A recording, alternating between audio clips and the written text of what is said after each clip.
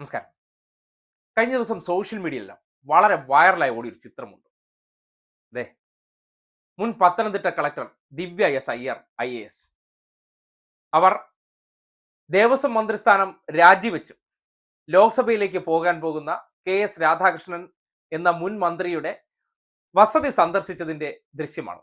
അത് അവർ തന്നെ സോഷ്യൽ മീഡിയയിൽ അല്ലെങ്കിൽ ഇൻസ്റ്റഗ്രാമിൽ പങ്കുവെച്ച ദൃശ്യമാണ്. പിന്നീട് അത് വൈറലായി മാറിയത്. അതായത് മന്ത്രി എന്നുള്ള നിലയ്ക്ക് അവർക്ക് ഉണ്ടായിരുന്ന ഒരു അറ്റാച്ച്മെന്റ് അല്ലെങ്കിൽ ആ വ്യക്തിയോടുള്ള ഒരു ബഹുമാനം അത് ബോധ്യപ്പെടുത്താനും അദ്ദേഹത്തിന് ഒരു യാത്രയയപ്പ് കൊടുക്കാൻ വേണ്ടി സമയം കണ്ടെത്തി വസതിയിലേക്ക് ചേർന്ന ദൃശ്യമാണ്.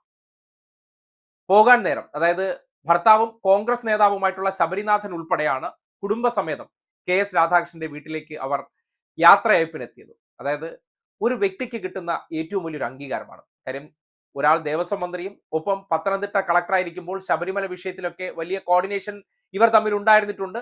അതിന്റെ അടിസ്ഥാനത്തിൽ അവർക്ക് ഒരു വ്യക്തിയോടുണ്ടായിരുന്ന മതിപ്പ് അല്ലെങ്കിൽ ബഹുമാനം, ഒരു IAS കാരിയായിട്ടുള്ള ഒരു സ്ത്രീക്ക് ഒരു മന്ത്രിയായിട്ടുള്ള ഒരു വ്യക്തിയോട് ഉണ്ടായിട്ടുള്ള മതിപ്പ് എന്ന് പറഞ്ഞാൽ ആ വ്യക്തിയുടെ ഇടപെടലായിരിക്കണം അതിന്റെ പ്രധാന ഘടകം. അത് തിരിച്ചറിഞ്ഞുകൊണ്ട് ഒരാൾ രാജിവെച്ച് മറ്റൊരു പദവിയിലേക്ക് പോകുമ്പോൾ അഭിനന്ദിക്കാനും യാത്രയപ്പിന് ചെല്ലുന്ന സന്ദർഭത്തിൽ അവർ സ്നേഹം കൊണ്ട് അവരുടെ ഒരു ജ്യേഷ്ഠൻ എന്നുള്ള നിലയ്ക്ക്, അച്ഛൻ എന്നുള്ള നിലയ്ക്ക് ആ പരിഗണനയിൽ കെട്ടിപ്പിടിച്ച് ഒരു യാത്രയപ്പ് കൊടുക്കുകയാണ്. അത് ഈ സമൂഹത്തിന് മുന്നിൽ ഒരു വലിയ സന്ദേശമായി നിലനിൽക്കുന്ന ചിത്രമായി മാറുകയാണ്. ഒരു സംശയമില്ല.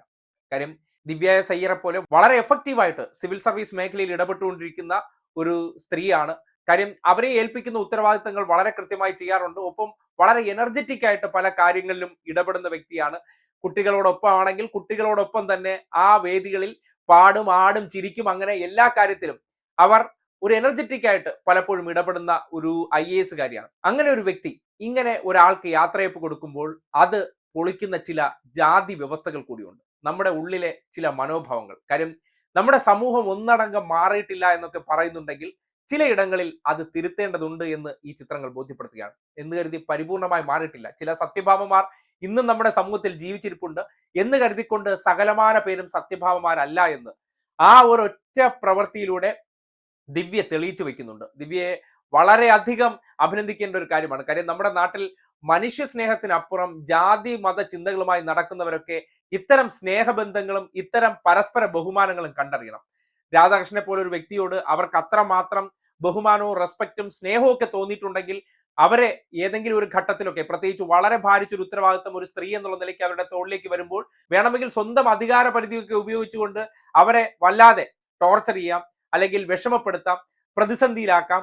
അങ്ങനെ ഒന്നും ചെയ്യാതെ ഒപ്പമുള്ളവരെ എല്ലാം ചേർത്ത് പിടിച്ചതിന്റെ അടിസ്ഥാനത്തിലാണ് ദിവ്യ എസ് അയ്യർ ഇങ്ങനെ ഒരു യാത്രയപ്പിന് തയ്യാറായിട്ടുള്ളത്. ആ ചിത്രം കാണുമ്പോൾ വളരെയധികം ഒരു സഹാനുഭൂതി, സ്നേഹം, അനുകമ്പ എന്നൊക്കെ കാര്യങ്ങൾ ഇന്നും നമ്മുടെ സമൂഹത്തിൽ പലരുടെയും മനസ്സിലൊക്കെ തങ്ങി നിൽപ്പുണ്ട് എന്ന് തിരിച്ചറിയുമ്പോൾ അതൊക്കെ മറ്റുള്ളവരിലേക്ക് കൂടി പകരാൻ, മറ്റുള്ളവർക്ക് കൂടി ഒരു മാർഗദർശിയാകാനൊക്കെ ദിവ്യ എസ് അയ്യർക്ക് കഴിയുന്നുണ്ടെന്ന് പറയേണ്ടി വരുന്നു. കാര്യം മനുഷ്യരെ പരസ്പരം വേർതിരിക്കാനും ഇപ്പോഴും അയിത്തമൊക്കെ മനസ്സിൽ വെച്ച് സൂക്ഷിക്കുന്നവരുടെ മുന്നിൽ ഇങ്ങനെയുള്ള ഇടപെടലൊക്കെ കാണുമ്പോൾ അതൊക്കെ പൊളിയുന്ന സന്ദർഭങ്ങളിലേക്ക് കാലം സഞ്ചരിക്കുന്നുണ്ടെന്ന് ഇത്തരം ഇടപെടലുകൾ തെളിയിക്കുകയാണ്. എന്തായാലും ദിവ്യ എസ് അയ്യരുടെ ആ ഇടപെടൽ സോഷ്യൽ മീഡിയ അങ്ങ് ഏറ്റെടുത്തിട്ടുണ്ട്. വലിയ തോതിൽ അത് പ്രചരിക്കുന്നുണ്ട്.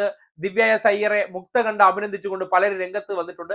ചിലയിടങ്ങളിൽ സൈബർ മേഖലകളിലുള്ള ചില സംഘികൾക്ക് മാത്രമാണ് ഇത് കണ്ടിട്ട് ഒട്ടും ഉൾക്കൊള്ളാൻ പറ്റാത്തത്. പിന്നെ അവരെ നമ്മൾ ഈ മനുഷ്യരുടെ കൂട്ടത്തിൽ പെടുത്താത്തത് കൊണ്ട് ആ കാര്യം ആരും വലിയ രീതിയിൽ പരിഗണിക്കുന്നില്ല, അതിനെ ഒഴിവാക്കി വിടുകയാണ് ചെയ്യുന്നത്. എന്തായാലും ഇത്തരം യാത്രയപ്പുകൾ, ഇത്തരം മുഹൂർത്തങ്ങളൊക്കെ ഉണ്ടാകുന്നത് ചില വ്യക്തികൾക്ക് അവർ ഇരിക്കുന്ന പദവി എത്ര മനോഹരമായി അലങ്കരിച്ചു, അതിന് അവർക്ക് കിട്ടുന്ന അംഗീകാരമായിട്ട് വേണം അതിനെ പരിഗണിക്കാൻ. ദിവ്യ എസ് അയ്യർ നേരത്തെ തന്നെ മുഖ്യമന്ത്രി പിണറായി വിജയന് ഈ അടുത്ത കാലത്ത് അദ്ദേഹത്തിന്റെ ജന്മദിനം കടന്നു പോകുന്ന സന്ദർഭത്തിൽ ജന്മദിന ആശംസിച്ചതും വലിയ ചർച്ചയായി മാറിയിരുന്നു.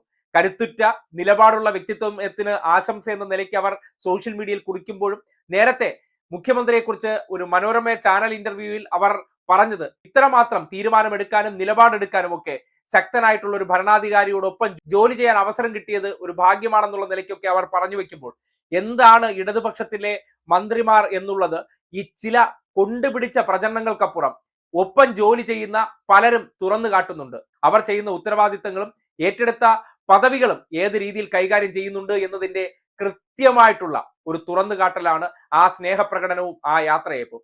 അതിനെതിരെ നിങ്ങൾ എത്ര കുത്തിത്തിരിപ്പിന് ശ്രമിച്ചാലും ഇങ്ങനെ ചില സന്ദർഭങ്ങളിലൂടെ എല്ലാം അത് തുറന്നു കാട്ടപ്പെടും. ചെയ്യുന്ന പ്രവൃത്തികൾ അത് സന്മാർഗത്തിലാണ്, നേരായ മാർഗത്തിലാണെന്ന് നിസ്സംശയം പറയാൻ പറ്റുന്നതാണ് ഇത്തരം ചില ഉദാഹരണങ്ങൾ. അതിനെതിരെ കുരുപൊട്ടുന്നവർ നിങ്ങളുടെ ആ പണി തുടങ്ങിക്കോളൂ, അല്ലെങ്കിൽ നിങ്ങൾ കുപ്രചരണം നടത്തിക്കോളൂ.